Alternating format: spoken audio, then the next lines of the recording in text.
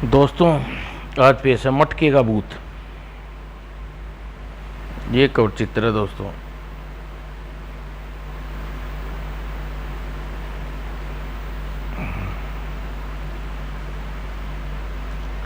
खीरपुर नामक गांव में सोनू नाम का एक लड़का रहता था।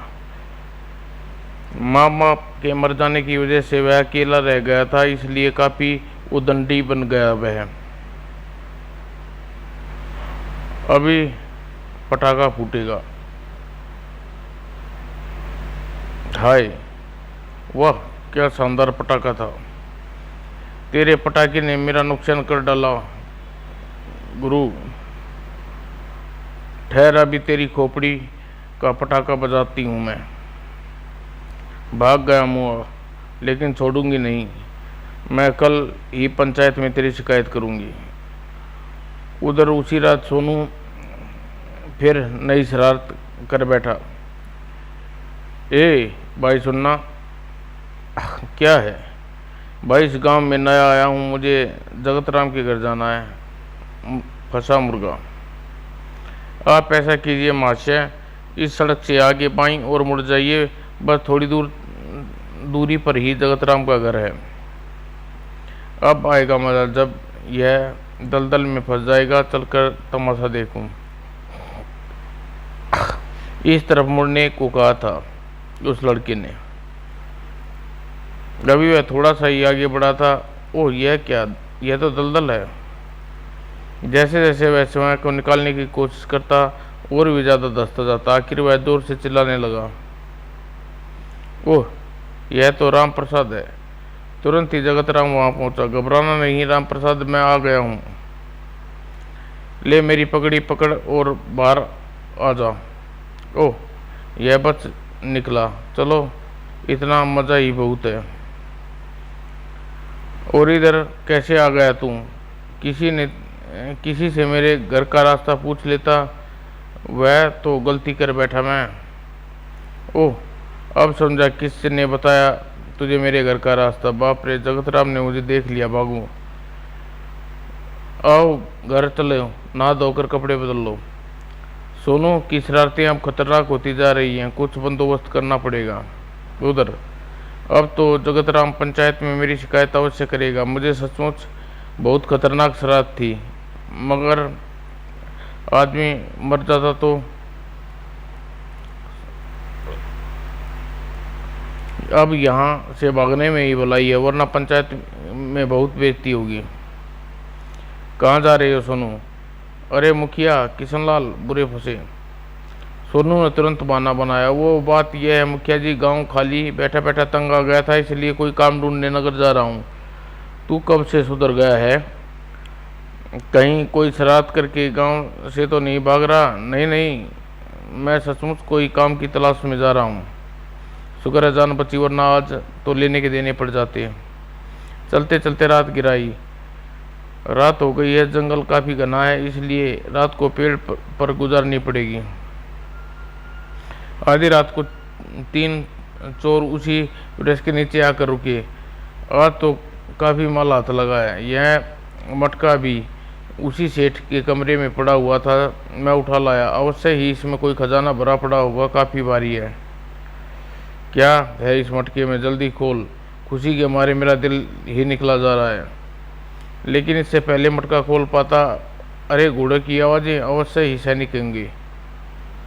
और खजाने से भरा मटका, क्यों न मैं इसे उठा लूं इसे। अभी वह वृक्ष पर चढ़ा ही था कि उसे सैनिक आते नजर आ गए। शुक्र है बाल बाल बचा, अगर सैनिक मुझे देख लेते तो खैर नहीं थी। इत्तेफाक से सैनिक उसी वृक्ष के नीचे आकर रुके। पता नहीं कहाँ गायब हो गए चोर। मुझे तो सोना चोरी होने का कोई गम नहीं कोतवाल साहब, लेकिन वह मटका मुझे हर हालत में चाहिए, वरना गजब हो जाएगा। अवश्य इसी मटके में हीरे मोती भरे पड़े होंगे, तभी तो सेठ इतना घबरा रहा है। सैनिकों के जाने के पश्चात अगली सुबह जरा देखूं तो सही, इस मटके में क्या भरा है। इस मटके में और गांठ नहीं खुल रही, बहुत ही कसकर बांधी गई है। आखिर तंग आकर उसने एक पत्थर उठाया। अब देखता हूँ कैसे बचता है तू। तड़ाक। जैसे ही मटका फूटा, हा हा हा, भूत, ये भगवान मुझे बचा, हा हा। और फिर, कौन हो तुम? मैं भूत हूँ, मटके का भूत, हा हा हा।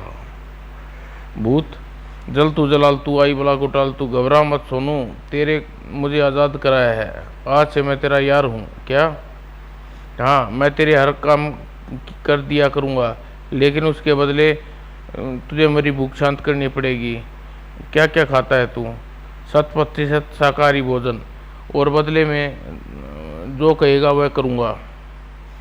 अच्छा, फिर तो मुझे तुम्हारी दोस्ती कबूल है, लेकिन बात कान खुलकर सुन ले, अगर तूने मुझे भूख शांत नहीं कर की तो मैं तुझे खा जाऊंगा, ठीक है? तो चल मेरे साथ नगर। एक बात और बता, बता तू, मुझे महीने महीने में सिर्फ एक बार ही भूख लगती है। वाह, यह तो और भी अच्छी बात है। बच्चू, तुझे तब पता चलेगा जब तू मुझे खिलाने बैठेगा।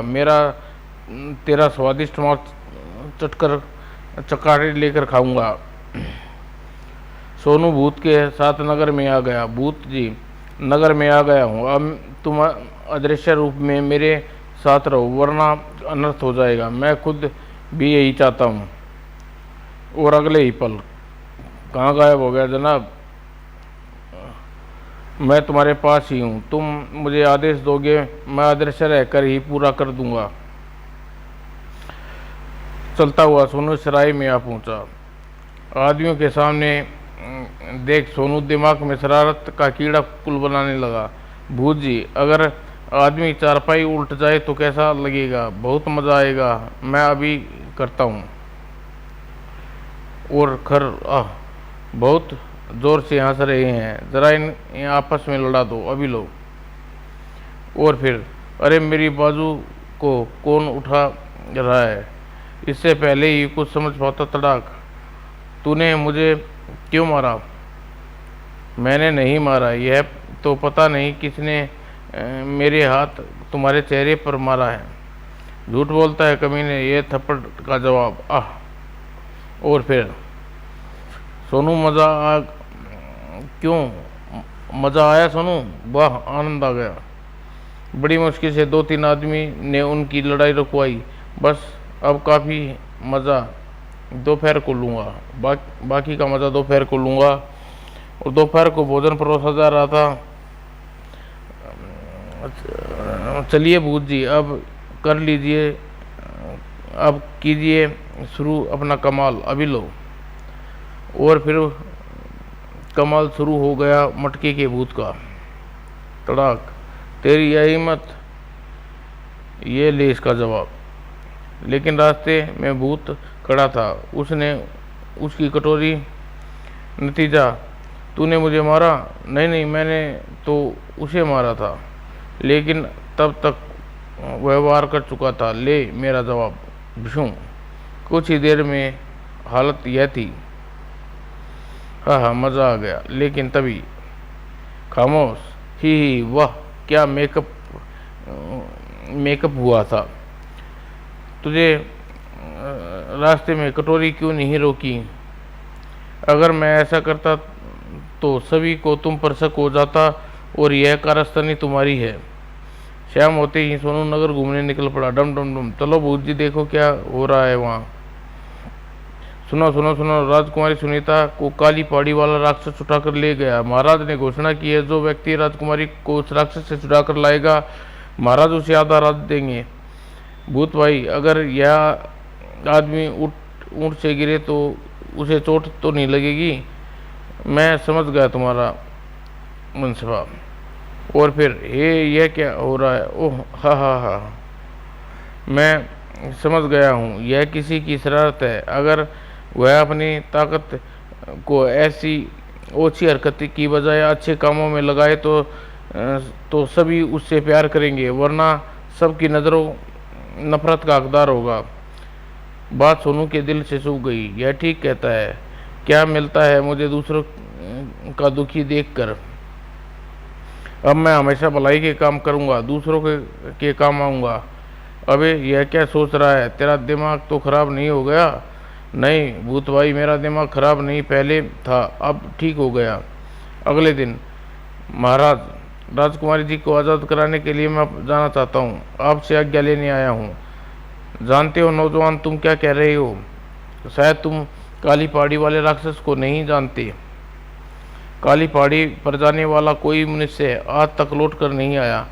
महाराज, मैं आज तक हर किसी को दुख दिया है, लेकिन मेरी आंखें खुल चुकी हैं, इसलिए कृपया मुझे एक नेक काम करने की आज्ञा दीजिए। फिर महाराज भीमसेन ने आज्ञा लेकर सोनू चल पड़ा काली पहाड़ी की तरफ। अब मैं भी कहता हूँ सोनू, वापस लौट जा और मज़े से अपनी ज़िंदगी गुजार। नई नेकी की राह में चलने से मुझे कोई नहीं रोक सकता। तो फिर तुझे मेरे हर कहा मानने का वादा किया था भूत भाई? हाँ किया था, तभी तो मजबूरी है कि तुम्हारे साथ चल रहा हूँ। लेकिन असल वजह तो यह है कि तेरे गरम गरम गोश्त को खाना चाहता हूँ। और 3 दिन के सफ़र के पश्चात तो देखो सोनू, वह रही काली पहाड़ी और उस पर बना महल वही राक्षस का है। उधर महल के कमरे में नीच राक्षस, तेरी यह इच्छा कभी पूरी नहीं होगी। देख लेना, पिताजी सिर दी अपनी सेना को भेजकर तुझे ख़त्म करा देंगे। शादी तो तुझे मुझसे करनी पड़ेगी राजकुमारी। हाँ हाँ, रही सेना भेजने की बात, तो वो कोशिश तेरे पिताजी ने कल कर चुके हैं। मैं उसे उठाकर लाया था। सैनिकों, ख़त्म कर दो नीच राक्षस को। हाँ हाँ हाँ, मुझे मारने आए थे ये चूहे, और फिर सड़क सड़क बचाओ चले थे मुझसे टकराने। इस प्रकार मैंने सभी सैनिकों को मार डाला। अब बोलो, कैसी लगी तुम्हें मेरी बहादुरी? थू है तुम पर, जो तुम्हें बेबस लड़की के सामने अपनी बहादुरी का बयान कर रहे हो। कान खोलकर सुन लो नीच, मैं खुद को ख़त्म कर लूँगी, लेकिन तुमसे शादी नहीं करूँगी। अब तो मैं जा रहा हूँ राजकुमारी, लेकिन कल मैं तुझे अपना बना कर रहूँगा। उधर उफ, यह तो लाशों की ही लाशें पड़ी हैं। ये सारे महाराज की सैनिक हैं। राक्षस ने इन्हें मार डाला। तभी, अरे यह कौन है? यह वही राक्षस है, जल्दी छुप जाओ, यही मौका है राजकुमारी आज़ाद कराने का। राक्षस इस वक्त महल में नहीं है। चलो। आदेश मिलते ही भूत ने सोनू को अपने पेट पर बिठाया और जल्दी से उतर, और बस अब तू अदृश्य हो जा, और कुछ देर जो कुछ तुमसे मांगूं वो तू अदृश्य रहकर मुझे देना। अच्छा। फिर सोनू महल की तरफ बढ़ गया। अवश्य ही राजकुमारी होगी। वो तुम कौन हो? घबराओ नहीं राजकुमारी जी, मैं आपको आज़ाद कराने आया हूँ। उधर महल में मानो। चलिए राजकुमारी जी, जल्दी चलिए, कहीं राक्षस वापस न लौट आए। लेकिन राक्षस वहाँ आ पहुँचा था। राजकुमारी को आज़ाद कराने आए हो, लेकिन अब तुम्हारा भोजन करूँगा। भोजन तू नहीं, मैं करूँगा इसका। बड़ी मुश्किल से एक मानव मिला है। और फिर जैसे ही राक्षस ने सोनू को पकड़ना चाहा, तुझे तो एक बार में ही निगल जाऊंगा। हा हा हा भाई। और लेकिन वाह भूत भाई, ओह ठाक, वो कितना बहादुर है। गुस्से में आकर राक्षस की आंखें आग के शोले बरसने शुरू कर दिए। तू शेर है तो मैं सवा शेर। वाह। और ये सांप तुझे नीला कर देंगे। तेरे सांप का इलाज मेरे पास है। कुछ ही देर में सारे सांप मरे पड़े थे। ओह, यह तो मुझसे भी बड़ा मायावी है। अब इससे सीधा मुकाबला करना पड़ेगा। अगले ही पल राक्षस के हाथ में फरसा आ गया। अब देखता हूँ कैसे बचेगा तू। सोनू ने मटके के भूत से तलवार ली और टूट पड़ा राक्षस पर। खचाक, आह दुष्ट, आह तड़ाक, मर गया दुष्ट। चला था सोनू से टकराने। ए भगवान, मुझे ऐसा वीर और साहसी पति देना। जब सोनू राजकुमारी सुनीता को लेकर महल पहुंचा, शाबाश नौजवान, तुम्हें हरी बहादुरी पर नाज है। मैंने अपना कर्तव्य पूरा किया महाराज। मेरी तो तारीफ ही नहीं की इसने। अगले पल, सोनू राजकुमारी सुनीता की इच्छा है कि वह तुमसे अर्धांगिनी बने। खुद हम भी तुम जैसा वीर दुसाहसी साहसी दामाद चाहते थे। यह मेरी खुशकिस्मती होगी महाराज। और 8 दिन बाद सोनू को राजकुमारी सुनीता से शादी तय हो गई। महाराज, मैं अपने गांव के लोगों को अपनी शादी में बुलाना चाहता हूँ। ज़रूर बुलाओ, हमें बहुत खुशी होगी। जब यह बात खीरपुर में सोनू की शादी की बात पहुंची तो कमाल है, ऐसे उद्दंडी और महाराज का दामाद, फिर भी उसने हमें बुलाया है मुखिया जी। अपने गांव की इज्जत ऊंची की है उसने। सारा गांव राजमहल में पहुंचा। वह मज़ा आ गया भोजन का।